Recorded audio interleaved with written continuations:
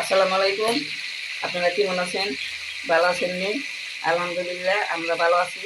এই যে রোজ বানাইব বাঁচতেছে এখন। এই লেবুর রস দিছি অল্প একটু আর লবণ দিয়ে বাঁচতেছে। আচ্ছা ঠিক আছে, সাথে থাকেন আপনারা। এই যে পেঁয়াজ বাঁচতেছে এখন, রোজ চড়াইব বা রোজ বানাবো, সাথে থাকেন। আর এই যে রোজ রসের মধ্যে দেওয়ানের নিয়ে এই যে বেরেস্তা বাঁচছি। আচ্ছা তো সাথে থাকেন। এই যে আদা রসুন জিরে একসাথে বাটা এগুলো দিতেছে এখন।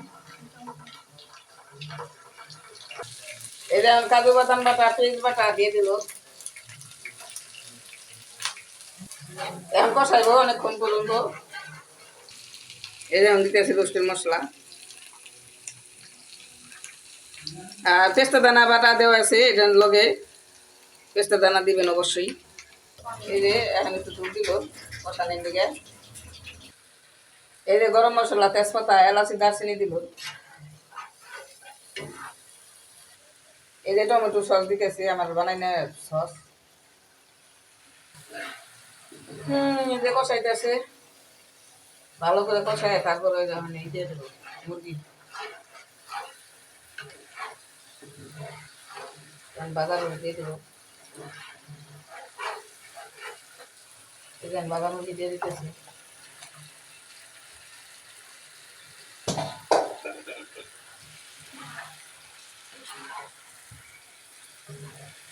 এরকম দুধ দিয়ে দিব।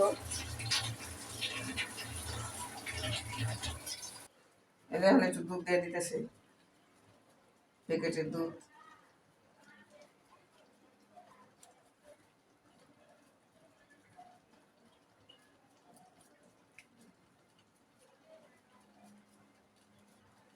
এই যে এখন মরিচ দিয়ে দিল, ধুমা দে কাঁচা মরিচ।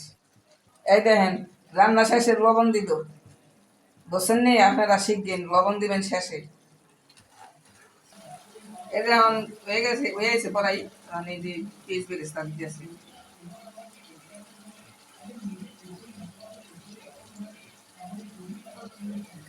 এই দেখেন, এই যে এখন হয়ে গেছে। এখন এই যে দেখেন এটা আসল রূপ, এই যে এরকম হয়েছে কালার। আচ্ছা এই দেখেন পোলা রান্ধু, পোলার মধ্যে যে গরম মশলা এলাচি দারচিনি লং মং সব দেওয়া শেষ, তেজপাতা আদা বাটা ভালো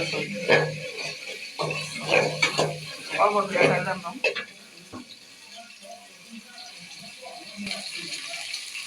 এই অঞ্চলে দিতে আছে।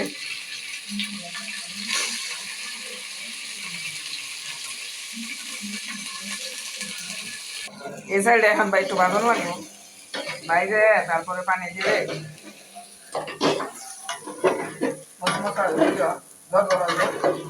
বাইরে বাঁধানো লাগবে।